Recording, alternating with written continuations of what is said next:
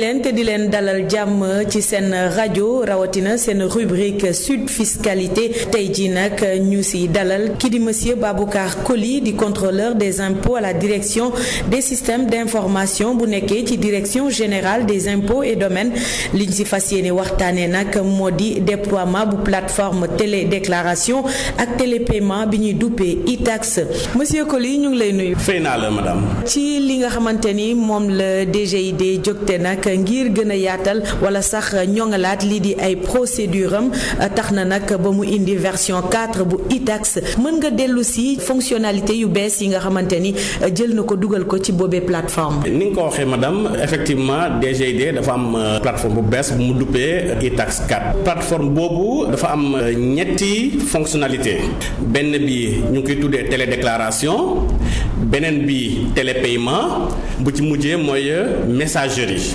télépaiement mooy may contribuable bi mu mën a def déclaration yu mu war a def ci at mi wala ci mois bu nekk wala ci télé déclaration la koy defee télépaiement moo koy may ginnaaw bu mu déclaré ba pare mu mën a fay lu mu déclaré te fay boobu ci virement la koy defee day am benn bouton bu nekk ci plateforme bi waxoon ne ci lay bës mu won ko compte yu mu am yëpp yu mu joxe woon moom ci boppam mu xam ci ban compte lay mu cliquer et puis mu mën a fay ses paiements et puis messagerie bi mooy dernière fonctionnalité bi boobu daf koy permettre mu waxtaan ak waa DGID bu amee soxla ci waa DGID bu amee question bu muy poser mën na envoyer message ñu tontu ko ci ginnaaw loolu mooy 3 fonctionnalités yi am ci plateforme bi e-tax 4. boobee plateforme nag ban contribuable moo ci mën a bokk. contribuable ñi mën a bokk ci plateforme bi dañoo bokk ci ñaari direction bu njëkk bi mooy li ñu naan DGE direction des grandes entreprises beneen bi mooy bu ñuy woowee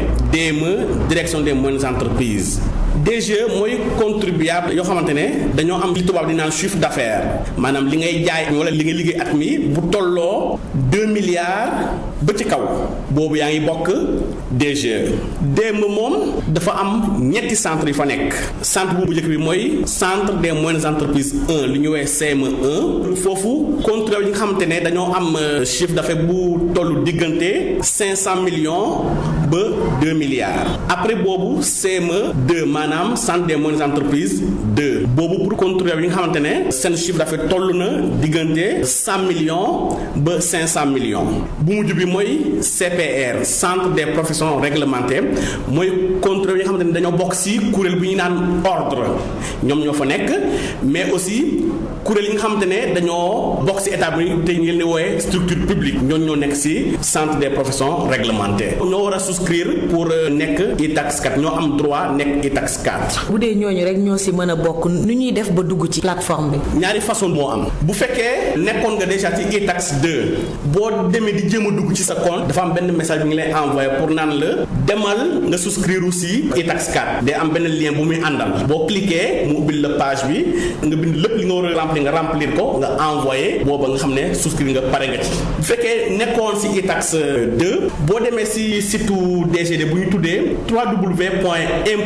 www.impôts-et-domaines.gouv.sn di nga fa fekk application bu ñu dubbee e-service boo ci duggee di nga mën a def sa souscription si nu mu gën a yombee nga soumettre ko et puis nga jàpp ne que yow pare nga ci def nga sa souscription li ciy des ñun ñoo ko yor. lan mooy njeexital bi ngeen di xaar ci déploiement bu e-tax 4 bi la. njeexital bi benn la mooy ñëpp ñi mën leen yóbbaale si plateforme bu bees bi e-tax 4 maanaam contribuable yi nekk DGE ak yi nekk DME obligation la pour ñi souscrire ci plateforme bi pour ñu mën leen yóbbaale pour ce faire il faut que ñi def ko balaa date bi di ñëw le 15 juillet il faut ñu def seen souscription parce que tant que souscrire mënuñu la yóbbaale te comme souscription bi lu obligatoire la donc ñoo ngi ñaan ñëpp ñu mën a souscrire avant date bi ma joxe noonu pour ñu mën leen yóbbaale ci plateforme bu bees bi wala loolu mooy suñu objectif pour yóbbaale ñëpp. jaajëfal naa leen ci déglu bi fii la ñuy yemalee Sud Fiscalité di jaajëfal ki nga xamante ni moo di Baboucar Coly di contrôleur des impôts ca direction des systèmes d'information bu DGID jaajëfal nañ la monsieur Coly. jaajëfal naa la yow ak say auditeurs. dig daje ba ñaar ci ayu bés fii ci Sud FM seen rajo.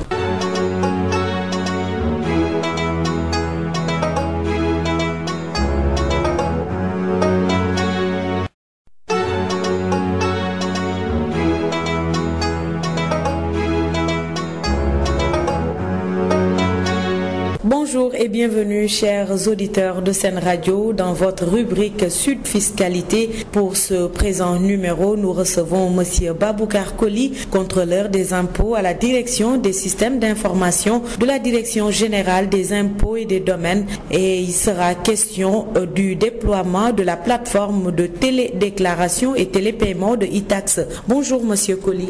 Bonjour, madame. Dans le cadre de la dématérialisation de ces procédures, la DGID a procédé au déploiement de la version 4 de e-tax. Pouvez-vous revenir sur les nouvelles fonctionnalités de cette plateforme? Merci beaucoup. Effectivement, la plateforme e-tax 4, qui doit remplacer la plateforme e-tax 2, a 3 fonctionnalités principalement. Une première fonctionnalité qui concerne les télédéclarations, une deuxième qui concerne les télépaiements et une troisième qui concerne la messagerie.